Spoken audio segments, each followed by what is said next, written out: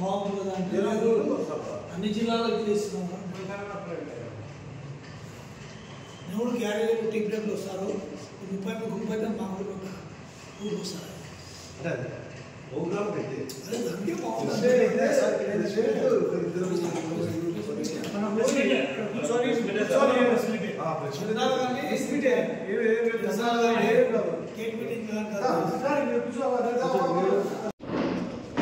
పరిస్థితి పక్కకి ఇస్తాను.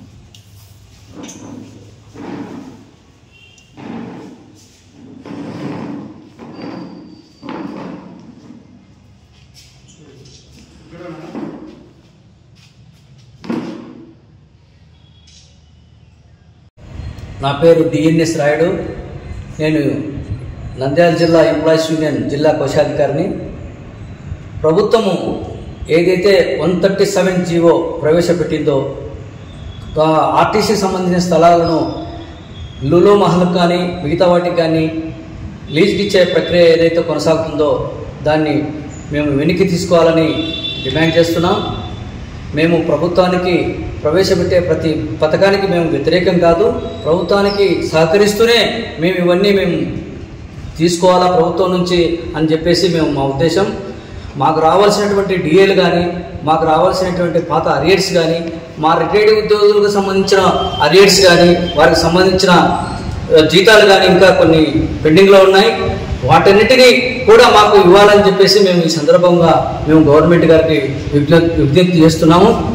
అంతేకాకుండా మేము మహిళా శక్తికి సంబంధించి గవర్నమెంట్ ప్రవేశపెట్టినటువంటి మహిళా శక్తికి సంబంధించి పూర్తి స్థాయిలో పనిచేసి గవర్నమెంట్కు మంచి పేరు తీసుకురావాలని చెప్పేసి మా అధిష్టానం నుంచి మాకు ఆర్డర్స్ వచ్చినాయి. వాళ్ళ నుంచి మాకు చెప్పడం వల్ల మేము వాటిని ఫాలో చేసి గవర్నమెంట్కి మంచి పేరు తేవడానికి ముందుండి మా యొక్క యూనియన్ సభ్యులకు కానీ మా సభ్యులకు కానీ మేము చెప్పుకొని ముందుకు తీసుకుపోవడానికి ప్రయత్నం చేస్తాము కూడా. కాబట్టి ప్రభుత్వాన్ని విజ్ఞప్తి చేసేది ఏంటంటే మాకు రావాల్సినటువంటి బకాయిలు, మాకు రావాల్సినటువంటి అరియర్స్, తర్వాత మిగతావి సంబంధించినటువంటి పిఆర్సీ కానీ వాటిని త్వరగా మాకు విడుదల చేస్తారని, మా రిటైర్డ్ ఉద్యోగులకు కూడా రావాల్సినటువంటి అరియర్స్ బకాయిలు మిగతావన్నీ మాకు విడుదల చేస్తారని, మాకు ఈహెచ్ఎస్ మాకు చికిత్స కొరకు ఈహెచ్ఎస్ కొరకు మేము ఏదైతే ఎక్కడైతే హాస్పిటల్స్లో ఇంత ముందున్న సౌకర్యాలన్నీ కల్పిస్తారని మేము ప్రభుత్వాన్ని విజ్ఞప్తి చేస్తూ.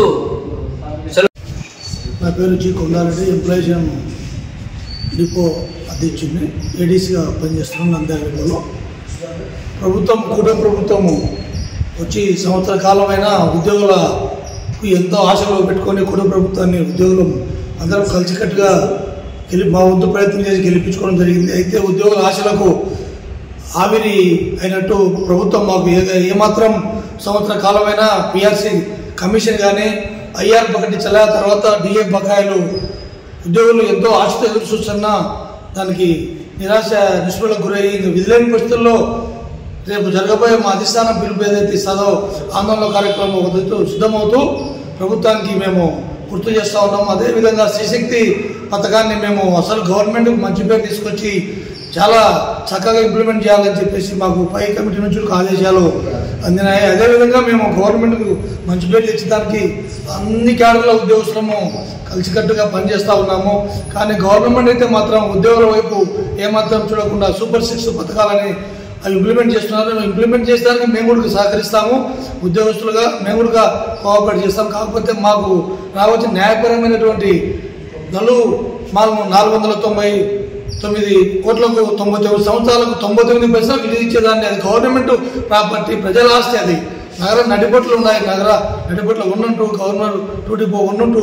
కాబట్టి ప్రజల ఆస్తిని అమ్మేదానికి లీజుకి ఇచ్చేదానికి మేము వ్యతిరేకము. 133 జీవో ఇచ్చినారు, దాన్ని వెనక్కి తీసుకోకపోతే మా అధిష్టానం ఏం పిలిపించిన ఉద్యమాన్ని రాష్ట్ర వ్యాప్తంగా ఉద్ధృతం చేసేదానికి వెనకాడము. నలుగు మాల్ షాపింగ్ మాల్ 130 జీవో వెనక్కి తీసుకోవాలి. అదేవిధంగా ఉద్యోగులకు న్యాయపరంగా రావాల్సినటువంటి ఐఆర్ కానీ, తర్వాత పిఆర్సీ కమిషన్ కానీ, తర్వాత డిఏ బకాయిలు కానీ వెంటనే ప్రభుత్వం స్పందించి ఇప్పటికైనా సమయం మించిపోయింది లేదు, ఉద్యోగస్తులకు ఏదన్నా న్యాయం చేకూర్చాలని చెప్పేసి పత్రికా ద్వారా నేను గవర్నమెంట్కు. నంద్యాల జిల్లా కార్యదర్శి ఈరోజు రాష్ట్ర కమిటీ పిలుపు మేరకు విజయవాడ నడిబడిలో ఉన్న గవర్నర్ 1 and 2 డిపోలకు సంబంధించి 4 ఎకరాల 15 సెంట్ల స్థలాన్ని లూలు షాపింగ్ మాల్కి లీజుకి ఇచ్చినందుకు దానికి నిరసనగా రాష్ట్ర వ్యాప్తంగా అన్ని జిల్లాలలో ప్రెస్ మీటింగ్ జరుగుతూ ఉన్నది. రాబోయే రోజుల్లో దీన్ని వెనక్కి తీసుకోకపోతే అన్ని సంఘాలతో కలుపుకొని ముందుకు వెళ్ళి ధర్నా ఏదో ఒకటి కార్యక్రమం అయితే చేయడం రెడీగా ఉన్నాము. ఇంకొకటి మంచి స్కీము గవర్నమెంట్ గారు మన నారా చంద్రబాబు నాయుడు గారు పెట్టిన మహిళా శక్తి ఆడవారికి బస్సులందు ఫ్రీకి చాలా సంతోషము. ఆర్టీసీ పరంగా మేము చాలా సంతోషపడుతున్నాం. ఎందుకంటే మీరు ఇచ్చిన హామీలలో సూపర్ 6 పథకంలో భాగంగా మేము మీరు ఇచ్చిన దాన్ని ఎక్కడ ఎటువంటి ఇబ్బందులు లేకుండా అన్ని విధాలుగా పనిచేస్తూ ఎక్కడ ప్రభుత్వానికి చెడ్డ పేరు రాకుండా ప్రయత్నిస్తామని, అలాగనే మాకు రావాల్సిన డిఏలు కానీ పిఆర్సీలు కానీ పెండింగ్ చాలా ఉన్నాయి, అవి కూడా త్వరితగతిన పూర్తి చేస్తారని మాకు అన్ని విధాలుగా సహాయం. ఇన్ని రోజులు సూపర్ 6 వైపు చూశారు, ఇక ఉద్యోగస్తుల వైపు కూడా చూడండి. చూసి మీరు కూడా ఉద్యోగస్తులుగా మన్నలు కూడా పొందాలని ఈ ప్రభుత్వానికి ఈ మీడియా ద్వారా తెలియపరుస్తున్నాము. ఏదేమైనా కూడా మంచి బాగా చేస్తున్నారు, సంతోషం. మీరు ఇంకా బాగా చేసి ఉద్యోగస్తులకు కూడా అన్ని విధాలుగా సహాయం చేస్తే అంటే సహాయం ఏం లేదు, డిఏలు జీతాలు పిఆర్సీలు ఇవన్నీ అయిపోయినాయి, అవన్నీ ఇస్తే సంతోషం. కాబట్టి ఈ మీడియా ద్వారా మీకు ఈ విషయం తెలియపరుస్తున్నాము. ఈ షాపింగ్ మాల్ 137 జీవోని రద్దు చేయకపోతే రాబోయే రోజుల్లో జరగబోయే పరిణామాలకు మీరే బాధ్యులవుతారని ఎంప్లాయీస్ యూనియన్ దూర నాయకులు నంద్యాల జిల్లా ఈరోజు ప్రెస్ మీటు ఏర్పాటు చేయడంలో రాష్ట్రంలో జరుగుతున్నటువంటి ప్రభుత్వ ఆస్తులపై ఆర్టీసీ వారు సంపాదించుకున్నటువంటి ఆస్తులు ప్రైవేటు పరం చేయడం, నంబర్ 2 ఆర్థికపరమైన అంశాలు, ఈ రెండింటిపై వీటిలో ఇంక్లూడ్ చేస్తూ రాష్ట్ర నాయకత్వము 17 పాయింట్ల మీద మెమరాండం ఇవ్వడం జరిగింది. ఆ మెమరాండానికి సంబంధించి కూడా గతంలో 1959లో ఆర్టీసీ వారు గజం 16 రూపాయల గన్నవరం డిపో 1 డిపోలో ఆ స్థలాలను కొనడం, ప్రయాణికులకు అనుకూలించి ఎక్కడ ఇబ్బంది కలగకుండా డిపో దగ్గర ఉండాలి, బస్సులు దగ్గర ఉండాలి, ప్రయాణికులకు అనుకూలంగా జరగాలనే ఉద్దేశంతో ఆనాడు ఆర్టీసీ ఆస్తులు సంపాదన యాజమాన్యంతో ప్రభుత్వంతో యాజమాన్యం కొనిపెట్టడం అనేది జరిగిన విషయం. ఈరోజు అదే గన్నవరం డిపోలకు సంబంధించి గవర్నర్ డిపోకు సంబంధించి 1 డిపో పాత బస్టాండ్లలో 100 కోట్ల రూపాయల విలువ గల స్థలాలను లాలు షాపింగ్ మాల్కు అప్పచెప్పడం అనేది చాలా దారుణం.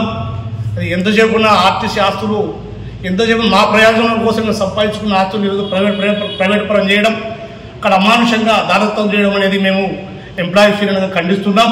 ఈ విషయాల్లో కూడా ప్రభుత్వానికి అయితే వ్యతిరేకమైతే కాదు, మా యొక్క ఆర్తనాదాన్ని మీ ప్రభుత్వానికి తెలియజేసుకుంటున్నాం.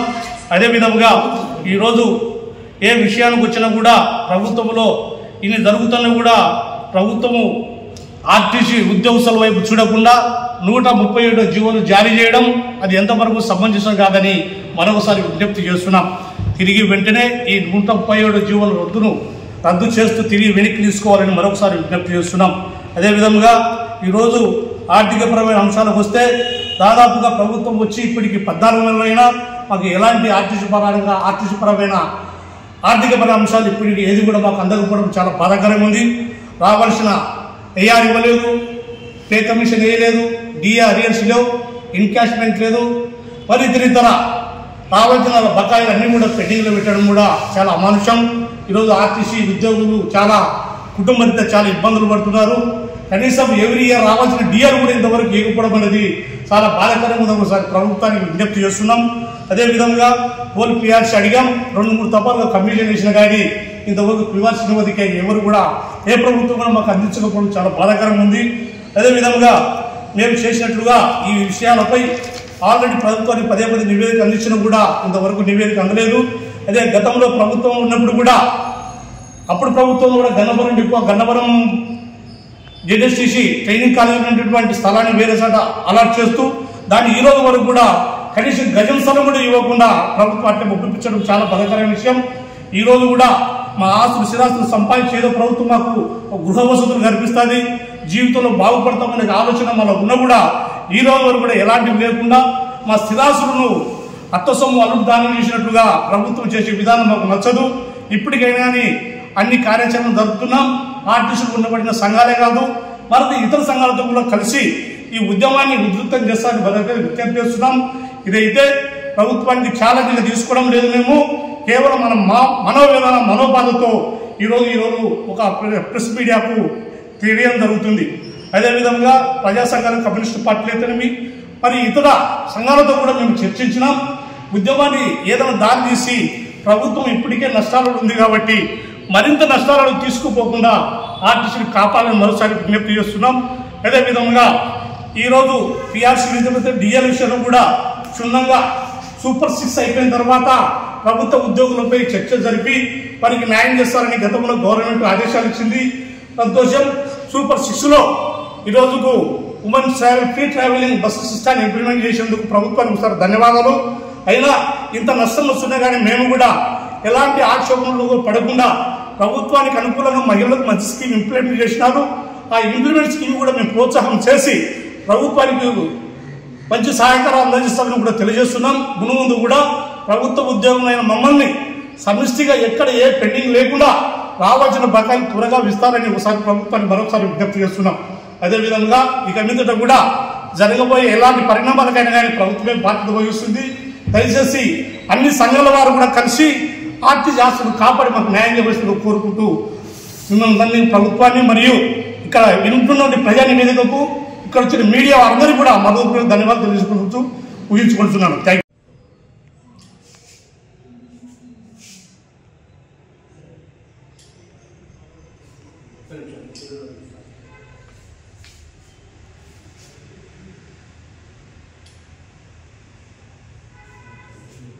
సత్యాన్ని లైక్ చేయండి, నీతిని షేర్ చేయండి. సైరా తెలుగు న్యూస్ టీవీని సబ్స్క్రైబ్ చేయండి.